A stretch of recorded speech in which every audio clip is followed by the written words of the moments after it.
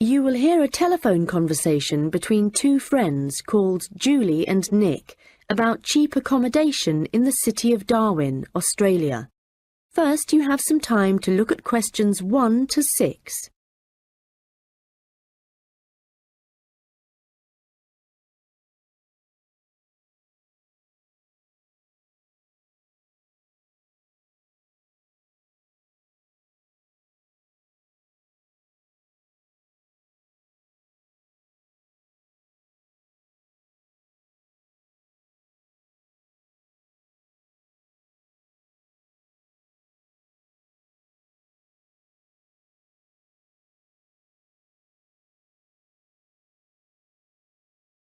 Hi Nick, it's Julie. Have you managed to find any information about accommodation in Darwin? Hi, I was just going to call you. I found some on the internet. There are quite a few hostels for backpackers there. The first possibility I found was a hostel called Top End Backpackers. Okay. It's pretty cheap. You can get a bed in a dormitory for $19 per person. Private rooms cost a bit more, but we'll be okay in dormitories, won't we? Sure. So, that hostel has parking, though that doesn't really matter to us, as we'll be using public transport. Yeah. Are there any reviews on the website from people who have been there? Well, yes. They aren't all that good, though. Some people said they didn't like the staff. They had an unfriendly attitude. That's quite unusual in a hostel. Usually all the staff are really welcoming.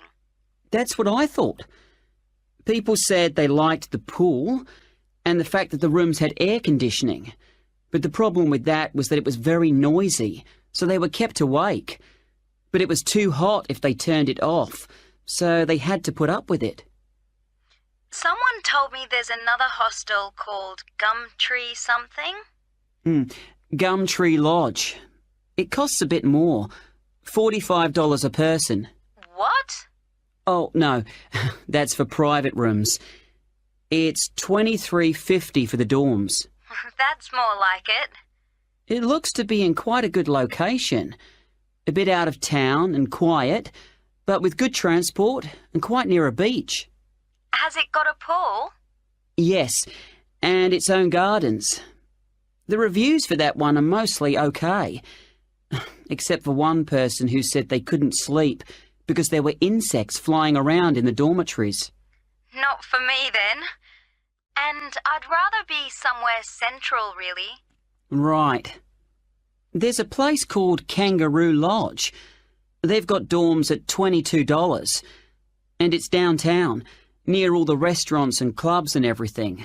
So that should suit you. And it doesn't close at night. So there's always someone on reception? That sounds good. The only criticism I saw was that the rooms were a bit messy and untidy, because people just left their clothes and stuff all over the beds and the floor. Don't hostels usually have lockers in the bedrooms, where you can leave your stuff? Yeah, they do usually, but apparently they don't here. Still, hostels are never particularly tidy places, so that doesn't bother me. And the same person said that the standard of cleanliness was pretty good, and especially the bathrooms. They were excellent as far as that went. Right. Yeah, I reckon Kangaroo Lodge sounds the best. Me too. Quite a lot of people reviewing it said it was really fun there. Like every night everyone staying there got together and ended up having a party. So it sounds like it's got a really good atmosphere. Okay, let's go for that one. Before you hear the rest of the conversation, you will have some time to look at the questions 7 to 10.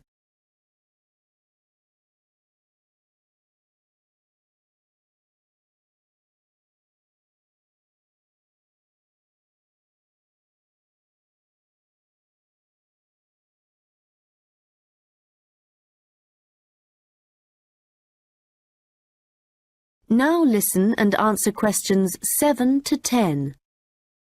Did you get the address of Kangaroo Lodge?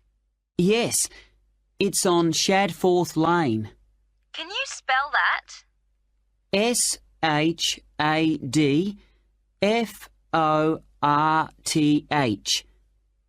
It's near the transit centre, where the intercity buses and the airport buses drop you off. Cool. I'm really looking forward to this. I've never stayed in a hostel before. Do they provide bed linen, sheets and things? Yeah. And you can usually either bring your own towel or hire one there, but they don't usually provide those for free. Okay. And what happens about meals? Well, you don't have to pay extra for breakfast. It varies a lot in different places, but generally it's okay. And there's usually a cafe where you can buy a snack or a hot meal for lunch. But actually, if you're really travelling on the cheap, usually for every 5 or 6 rooms, there's a kitchen where you can knock up a snack, and that saves a lot of money. Great. Right, well, shall I go ahead and book that? That is the end of section 1. You now have half a minute to check your answers.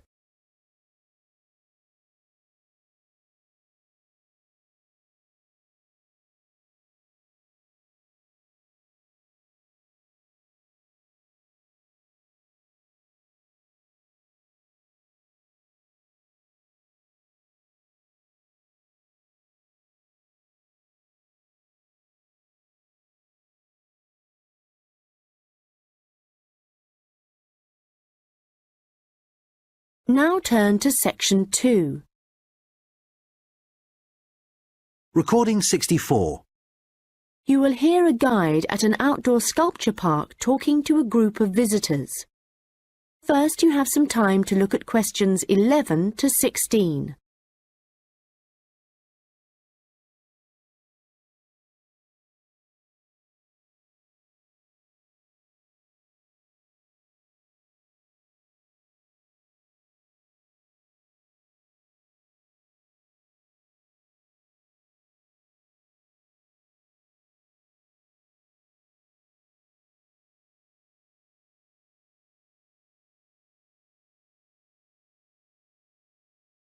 Hello everyone and welcome to the Anglia Sculpture Park. Right, well, the idea behind the sculpture park is that it's a place where works of art, such as large sculptures and carvings, can be displayed out of doors in a natural setting.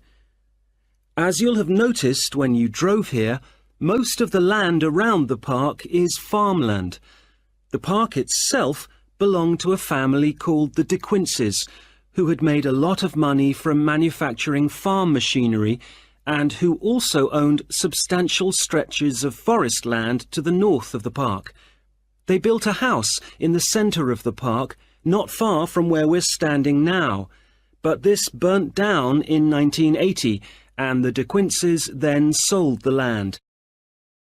The Anglia Sculpture Park isn't the only one in the country. Several of the London parks sometimes display contemporary sculptures, and there are a couple of other permanent sculpture parks in England. But we're unique in that some of our sculptures were actually created for the sites they occupy here, and we also show sculptures by a wider range of artists than anywhere else in the country. For example, at present we have an exhibition by Joe Tremaine of what he calls burnt sculptures. These are wood and stone sculptures that he's carved and marked with fire to illustrate the ferocity and intensity of the forces that have shaped our planet over millions of years. They look really dramatic in this rural setting. To see some of the sculptures, you'll need to follow the path alongside the lower lake. We had to renovate this after the lake overflowed its banks a couple of months ago and flooded the area. The water level's back to normal now, and you shouldn't have any trouble. The path's very level underfoot. You should be back at the visitor centre at about 4 o'clock. If you have time, it's worth taking a look at the centre itself. It's not possible to go upstairs at present, as builders are working there adding another floor, but the rest's well worth seeing. The architect was Guy King. He was actually born in this part of England, but he recently designed a museum in Canada that won a prize for innovation in public buildings. If you want to get something to eat when you get back, like a snack or a sandwich, the terrace room is currently closed, but you can go to the kiosk and buy something, then sit on one of the chairs overlooking the lower lake and enjoy the view as you're eating. Before you hear the rest of the conversation, you will have some time to look at the questions 17 to 20.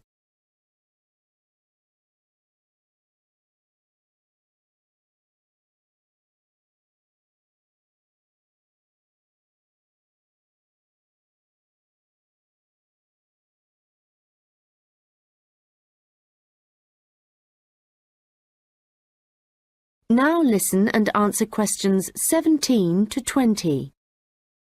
Now, let me just tell you a bit about what you can see in the sculpture park. If you look at your map, you'll see the visitor centre, where we are now, at the bottom, just by the entrance.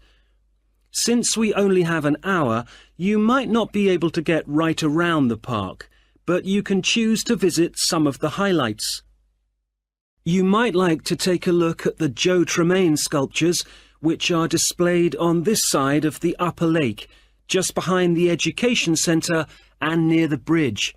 They're really impressive, but please remember not to let your children climb on them. One of our most popular exhibitions is the Giorgio Catalucci bird sculptures. They're just across the bridge on the north side of the lower lake.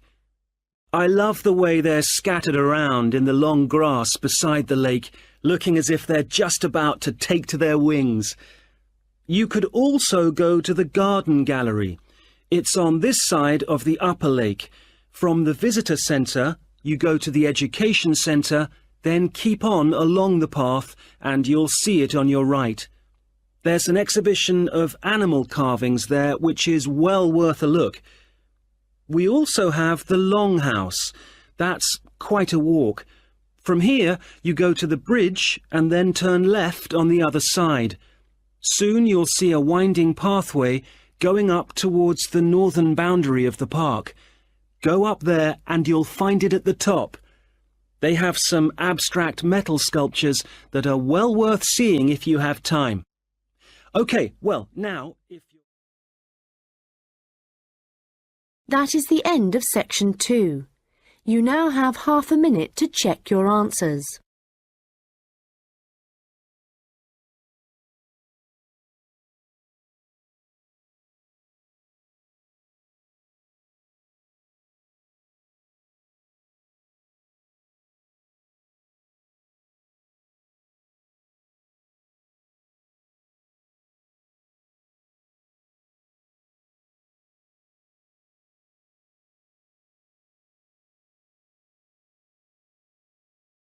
Now turn to section 3.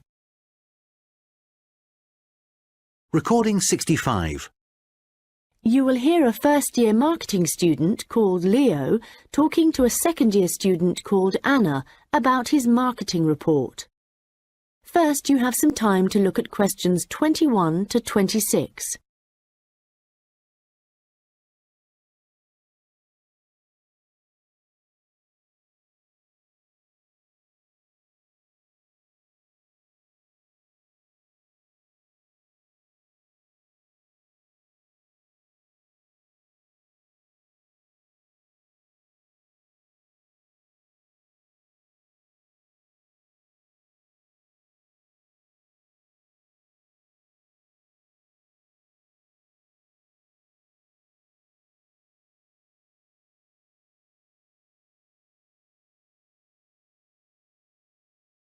Anna, I wanted to ask you about my marketing report.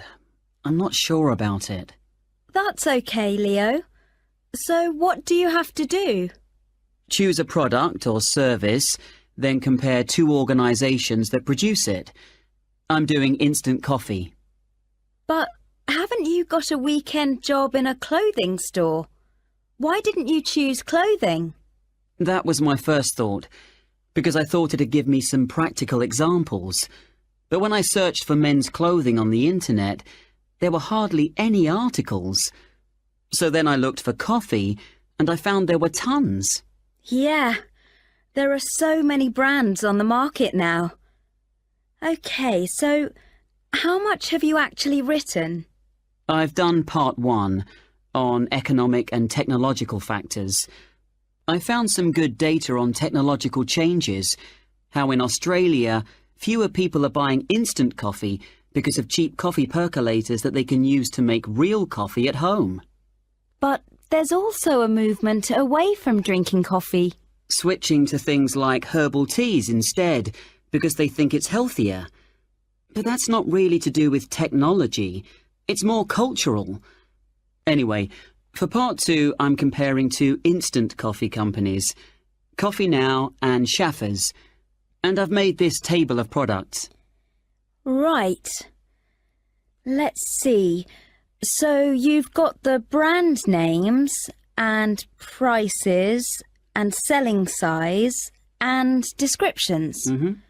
OK, the table looks good. You'll get marks for research there. Where will it go? In the section on the marketing mix, under product. Not in the appendix? No. OK, but it's too factual on its own. You need to add some comment in that section about the implications of the figures. Right. I'll do that. Now, I want to say that I think that Schaffers is more of a follower than a leader in the coffee industry. Now, I'm putting that in the section on market share. Does that seem okay? Let's see. So, you've begun by explaining what market share is. That's important. But you've got to be careful how you give that opinion. Do you think it should go in another section? Well, it's fine where it is, but you've got to back it up with some data, or they'll say your report lacks weight. OK. One thing I'm worried about is finding anything original to say. Well, since this is your first marketing report, you're not expected to go out and do interviews and things to collect your own data. You're just using published data. So the analysis you do might not throw up anything that people didn't know before. But the focus is more on how you handle the data. I mean, you might take something like a graph of sales directly from a website, but what makes your work original is the perspective you provide by your interpretation of it. Oh. You know, it's all so different from business studies assignments at school. It's really surprised me. What? How much research you have to do? I expected that. It's more, I knew exactly what I had to do to get a good grade at school. And I knew I'd be expected to go more deeply into things here. But I haven't got information on how the lecturer is going to grade my work, what he's looking for.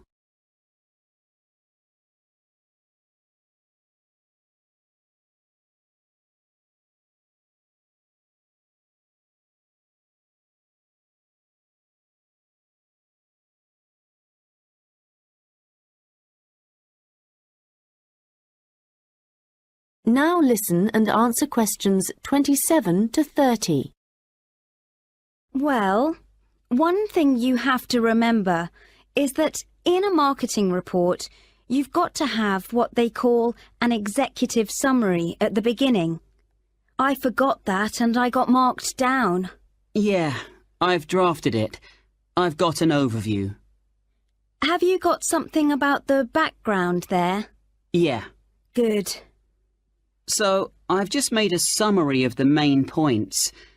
I wasn't sure whether or not I should have my aims there. No, that's too personal. The executive summary is just like what a manager would read to get a general idea of your report if he was in a hurry. Right.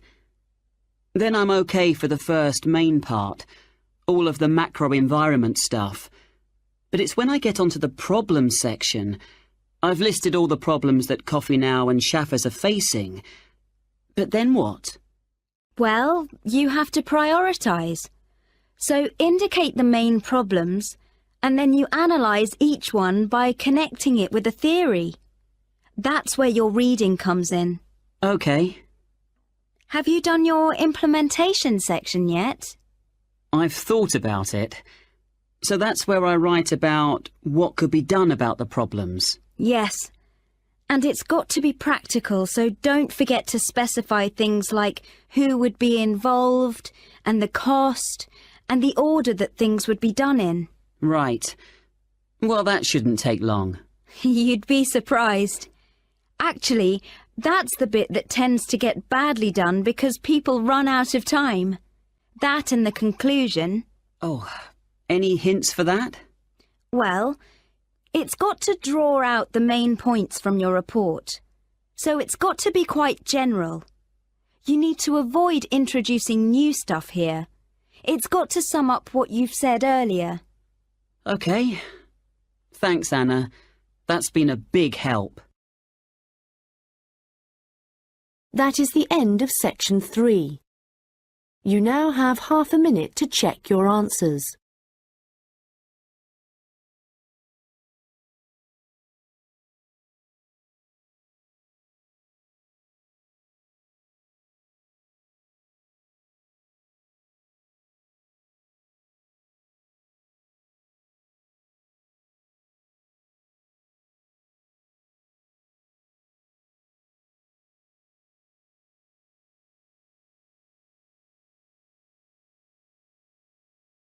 Now turn to section 4.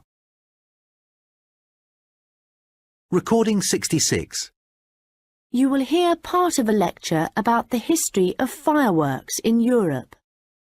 First, you have some time to look at questions 31 to 40.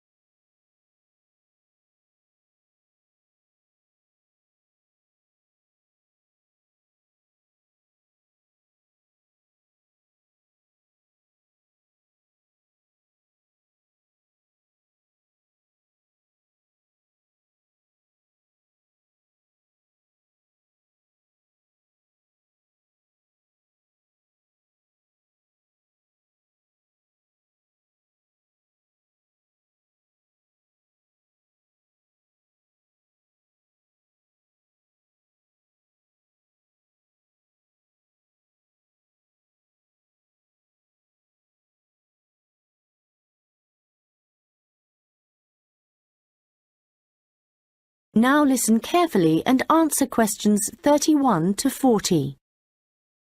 An interesting aspect of fireworks is that their history tells us a lot about the changing roles of scientists and technicians in Europe. Fireworks were introduced from China in the 13th century. Up to the 16th century, they were generally used for military purposes, with rockets and fire tubes being thrown at the enemy. But they were also sometimes a feature of plays and festivals, where their chief purpose was related to religion. By the 17th century, the rulers of Europe had started using fireworks as a way of marking royal occasions. Technicians were employed to stage spectacular shows which displayed aspects of nature, with representations of the sun, snow and rain. These shows were designed for the enjoyment of the nobility and to impress ordinary people. But fireworks also aroused the interest of scientists, who started to think of new uses for them.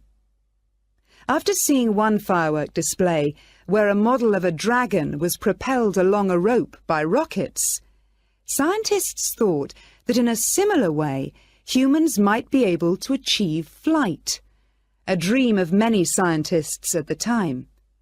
Other scientists, such as the chemist Robert Boyle, noticed how in displays one firework might actually light another, and it occurred to him that fireworks might provide an effective way of demonstrating how stars were formed.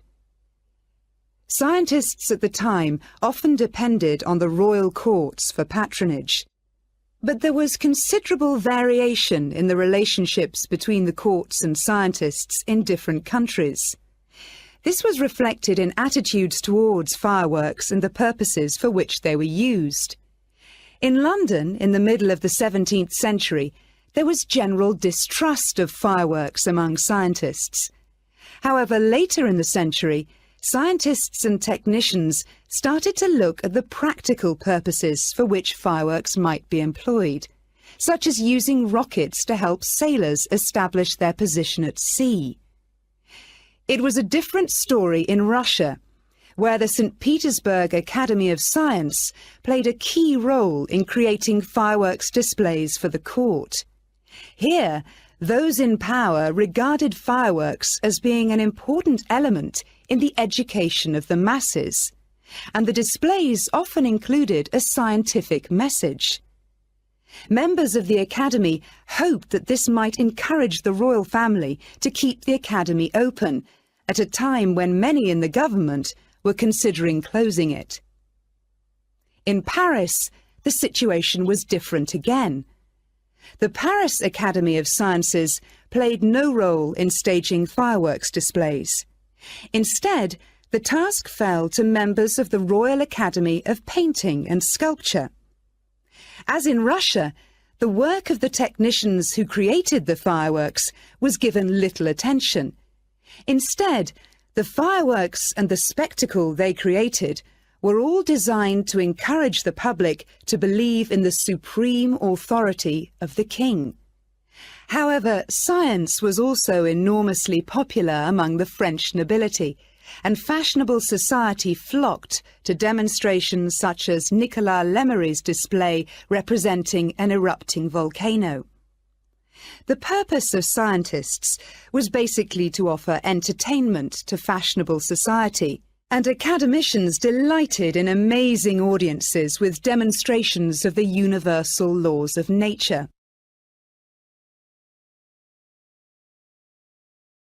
In the course of the 18th century, the circulation of skills and technical exchange led to further developments. Fireworks specialists from Italy began to travel around Europe, staging displays for many of the European courts. The architect and stage designer Giovanni Servandoni composed grand displays in Paris, featuring colourfully painted temples and triumphal arches. A fireworks display staged by Servandoni would be structured in the same way as an opera, and was even divided into separate acts. Italian fireworks specialists were also invited to perform in London, St. Petersburg, and Moscow. As these specialists circulated around Europe, they sought to exploit the appeal of fireworks for a wider audience, including the growing middle classes. As in the previous century, fireworks provided resources for demonstrating scientific laws and theories, as well as new discoveries. And displays now showed a fascinated public the curious phenomenon of electricity. By the mid-18th century, fireworks were being sold for private consumption. So the history of fireworks shows us the diverse relationships which existed between scientists, technicians, and the rest of society.